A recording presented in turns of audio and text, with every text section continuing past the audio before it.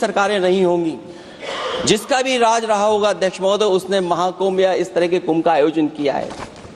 एक तरफ तो वो कि जो 144 साल बाद महाकुंभ होने जा रहा है, उसका इतना प्रचार किया, और मैंने तो कई टीवी इंटरव्यूज में, कई समाचार चैनलों पर ये बात सुनने में आई और सुनते रहे हम लोग कि सरकार ने 100 करोड़ लोगों के आने का इंतजाम किया है, और अगर 100 करोड़ अध्यक्ष महोदय, अगर ये बात गलत है तो मैं रिजाइन आपको देना चाहता हूं।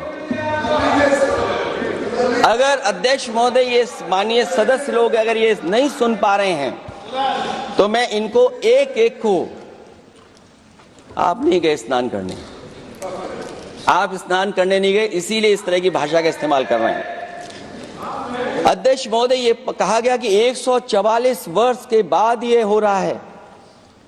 जहां तक मेरी समझ और जानकारी कहती है, जो एस्ट्रोनॉमी और एस्ट्रो चीजों को समझते होंगे वो ये स्वीकार करते होंगे, जो भी कुंभ होता होगा वो 144 वर्ष के बाद ही होता होगा।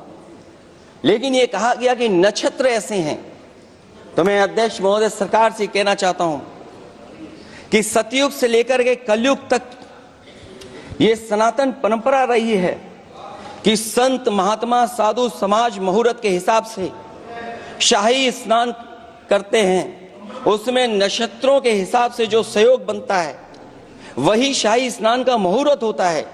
लेकिन भाजपा के राज में ये सनातन परंपरा टूट गई।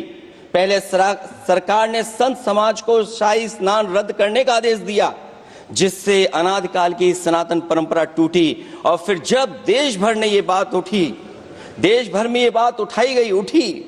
तो उन्होंने हादसे को छिपाकर फिर से आदेश दिया कि अखाड़े शाही स्नान करने जाएं।